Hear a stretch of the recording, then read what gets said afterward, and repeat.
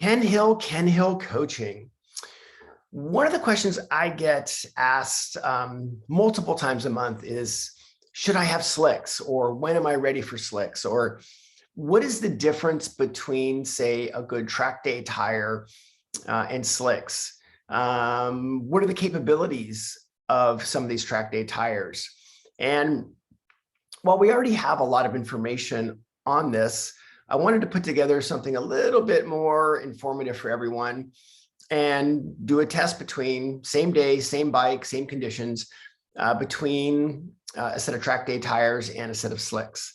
So down in Jennings, Florida, last week, I had the opportunity to do this. And this, to be clear, this is not necessarily a comparison so much of the tires. We'll talk a lot about the brand of the tires and which models they were and some of the characteristics.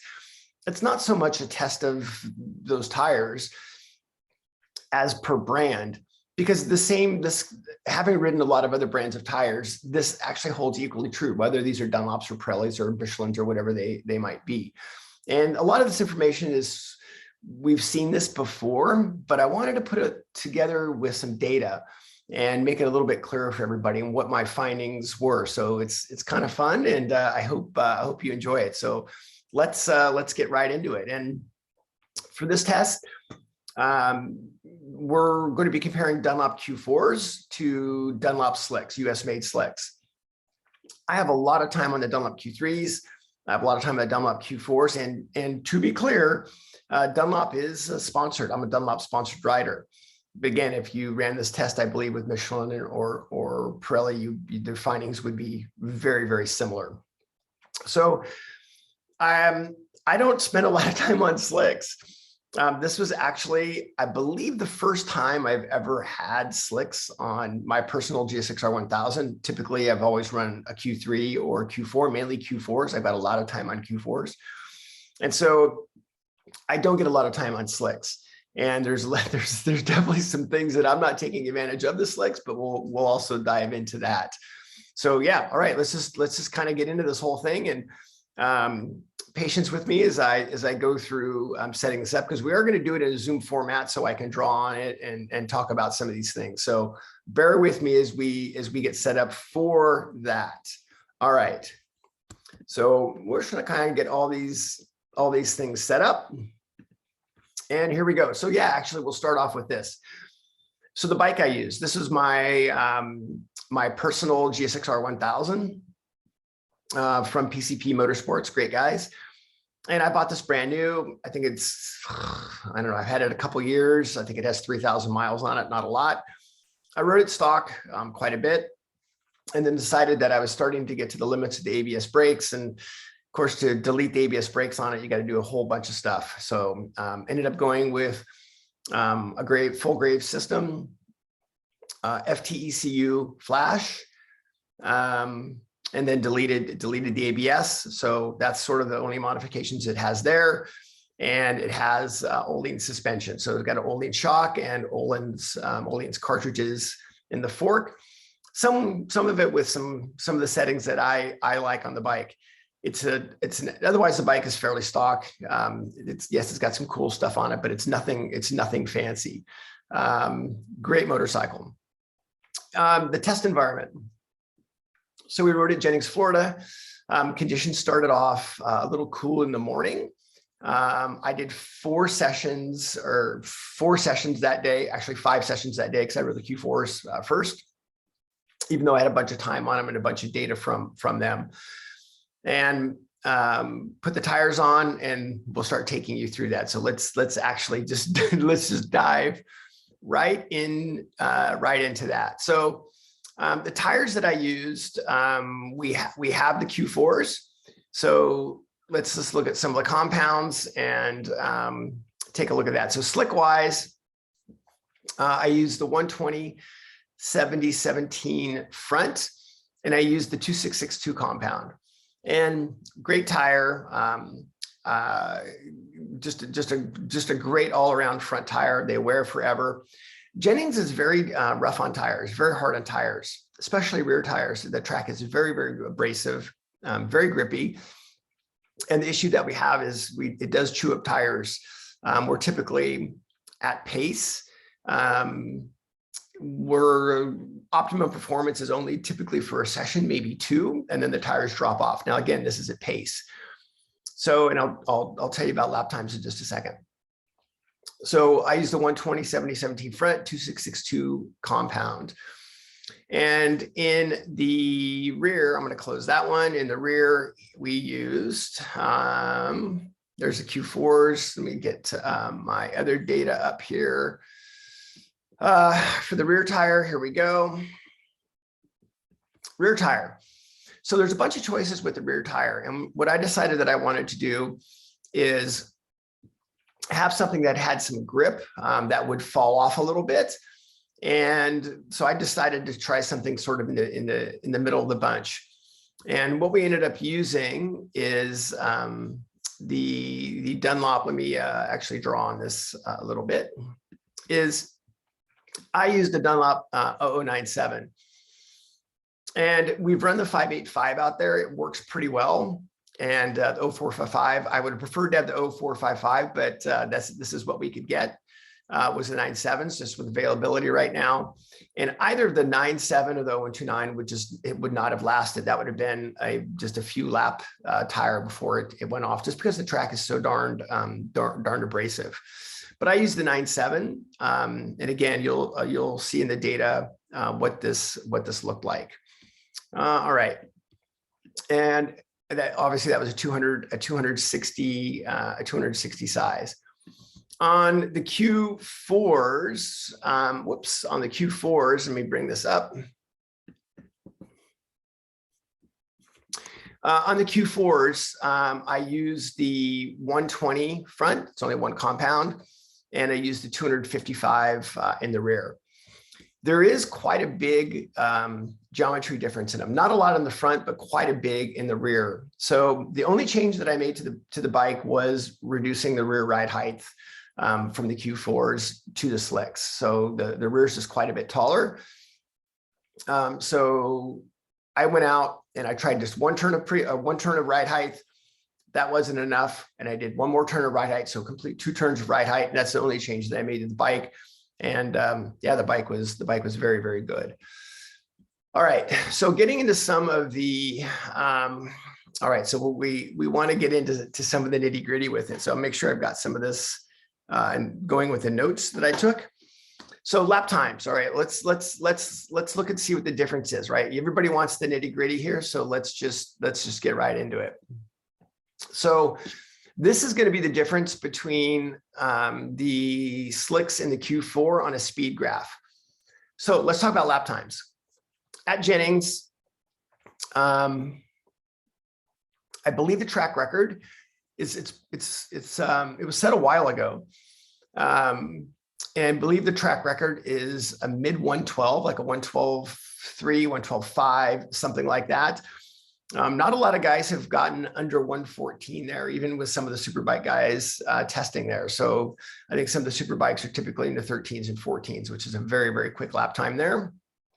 600, I know on the 600s lap time wise, I think the 600 lap record is a mid 15, high 15, something along those lines. Very, very quick, very, very quick time.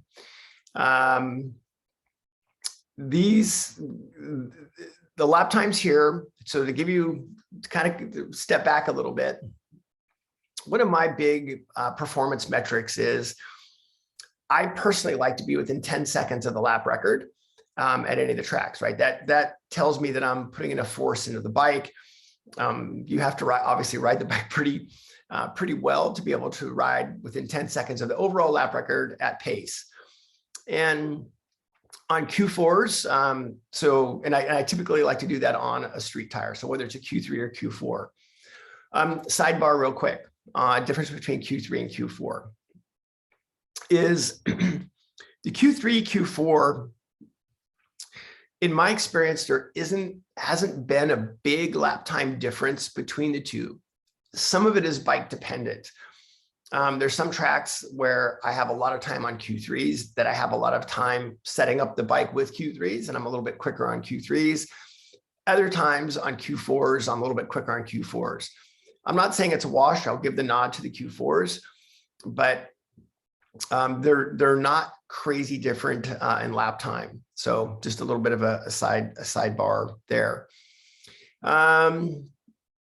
As we get into this, so lap times at Jennings, I think my best lap time on the Q4s is a 20.9. So 20.9, which falls within that 10-second window. And then my best lap time on the slicks ended up being a 118.9. So a full 2-second difference, which the data clearly shows, which we'll talk about in a second. Let's talk about tire pressures. Having experimented quite a bit with tire pressures on the bikes, I'll run the Q4s at 29 front, 27 rear. I'll set them in the morning, and I pretty much never check them the rest of the day. It's just set them and forget them. No tire warmers. I just have never used warmers on Q3s or Q4s. Pretty much never need them. We'll talk about that in a minute as well. And then on the slicks, I use 37.5 in the front and 19 in the rear off the warmers. So I use warmers for the slicks, had them on for about an hour, and then 37.5 in the front and 19 in the rear. Okay, so some general thoughts on Q4s. The Q4 is an excellent tire. I mean, to be able to run essentially, I don't know, whatever that is, 8.5 seconds off the lap record on Q4s is fantastic. And it's just a great tire. No warmers, literally have your knee down the first lap.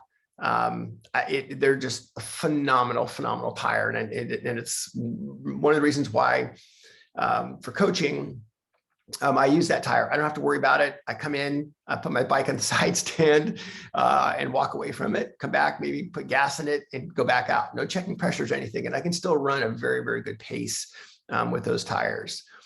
And otherwise on slicks, yes, you can go quicker, but then you're on warmers and you're having to maintain tire pressures and do all that. So the Q4, absolutely phenomenal tire. The warm up is instantaneous. They're phenomenal. At pace, they do wear. They absolutely wear. So the wear on a rear Q4, especially at a track like Jennings, is I might get a day out of a rear tire at pace. There's other tracks where typically at pace, I can get 2 days out of a rear. So they're not bad. If the pace is slower, I've seen rears go for 5-6 days. On the fronts wear incredibly well. Even at an abrasive track like Jennings, I'll get 2 days out of a front with no degradation of grip. Again, just a phenomenal tire. All right, so the slicks. So the slicks, again, use the 2662 front, the 0097 rear. I had to make a slight geometry change for it. So, all right, you're like, okay, just shut up and tell me the differences. So yeah, we had about a 2-second difference in lap time. So let's talk about where the lap time came from. And I have a really fun chart after the data graph after this. So the first thing that we look at is when we look at data, and I want to kind of go through this, is we just take a look at our speed at the slow points. And what does that look like? What does our slow point look like? Where are they? What are we able to accomplish with them? And you can see, first of all, that like here down in turn 1 is our brake application point didn't change, but we got into the brake application point with more speed. So you can see down here, if we come into turn 1, the speed's a little bit higher. And then as we get down here in the corner, we just have more side grip. So subjectively, when I first got on the slicks, and I was so excited to ride slicks because I never get to ride them. I was so excited to ride them. And my first impression was the confidence of side grip. They just felt like gigantic grippy marshmallows. And I was like, okay, great, we've got something here. And it was fantastic. And again, I was not able to probably take advantage fully of what the slicks could offer, right? Obviously, people have gone much faster. Track record is on Dunlops. And so people have gone much, much quicker than me on the slicks. But from a sort of a normal person's view, standpoint, what can we expect with these? So first one was the sense of side grip was higher. So the ability to turn in with a little bit more speed, but knowing that I had more grip was absolutely there. And the data highlights that, right? So when we look at the data, we can clearly see that in the middle of the corner, we've got a little bit more grip. And same thing, you can see here, our slow points a little bit earlier, and then we can start to build it. We'll talk about the rear here in just a second, a little bit more in there, a little bit more in there. And then here's a big one right here, turn 13, 14. It is the place at Jennings where you lose grip the first. It's the right side. You'd think you'd have more grip there, but definitely not. It is one place where for whatever reason, the grip there just isn't as good as the rest of the track. So having fresh tires or having fresh slicks was a pretty big deal. So that's where we start off with. And then a couple other things that were super interesting is when we look at the lean angle graph, you can see that maximum lean angle didn't change that much. We're able to get a few more degrees of lean angle out of it. Let me clear this off. We're able to get a few more degrees of lean angle out of it, right? So this is my average with the Q4s. This is my average with the slicks. When I look at some of the pro riders that we've had out there, yeah, that's one of my faults as a rider. I am lean angle allergic. I typically run 4 to 5 degrees less lean angle. That is just my own little little safety net right there. And it's been that way all the way through my riding career. So I just don't run the lean angle that I need to run. But you can certainly see the difference here in being able to hold some lean angle and use that lean angle, take advantage of what the slicks have to offer. So I thought that was great. So being able to see the differences with the lean angle, it's not a lot, but man, it makes a huge difference in the lap time. The other thing with the tires, the difference between the Q4s and the slicks is, I'm just looking at my notes here. So yeah, slow points are slightly earlier, drive start earlier. So what is you're looking at this, you're thinking, well, what's the difference? Why is the speed different? Here's a great example out of turn 11, right? This is identical, and it's identical here. What's the difference here? TC intervention. So where you're starting to drive off the corner, you're building throttle, the TC comes on with the Q4, and that's it, right? The bike still accelerates, but just not as a high of a rate. Where with the slicks, there was not much TC intervention, and the bike could continue to accelerate. And that's why you see in some of these, right, why the bike is accelerating more is TC intervention. And it took me a little while to figure out a couple of these other sections in here. Like there's a massive difference here in the Kinkin 2.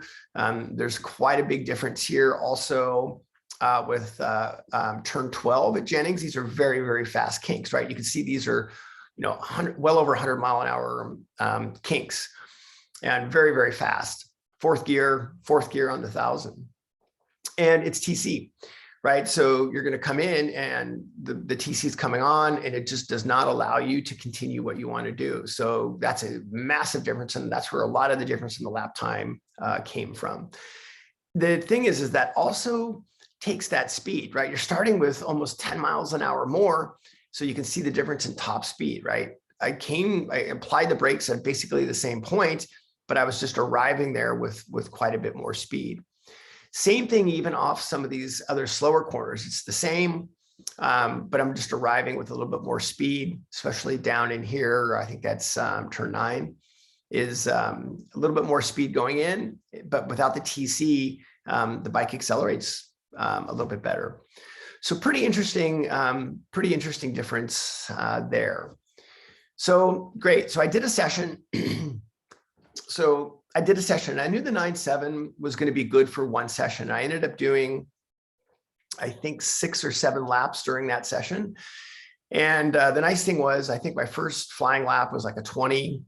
And then I did, I think 3 or 4, like 19 ones in a row. And then I did an 18.9 at that point. And I wanted to save the tire a little bit for the next session. So then I came on in and I wanted to see how the tire was wearing. The tire was pretty worn, but I thought, well, I'm going to do another session on this and see what it can do. So yeah, consistency wise, the tire was fantastic. And so this is actually where there was something pretty interesting that I definitely wanted to share, because I went out for another session. And this is where I was quite surprised at what happened here. So let me get another data graph up here. Yep, here we go. So this is what surprised me. So let's talk a little bit about this. Not having a ton of laps at Jennings, but a decent enough laps. Again, my best lap time on the Q4s is right around that that high 20 mark. Well, the Q4s work really well, and maximum grip, of course, is when they're new, and especially on a big bike, right? 600 at pace, the drop off isn't that bad, or 750, 1,000, because of the torque. It will put a lot of it just wears the tire out a little bit quicker. Again, this is also at a pretty good clip, right? This is 8 seconds or so off the track record, so it's a good pace. Well, the drop off on the slicks is interesting. I'm sorry, the drop off on the Q4 is interesting.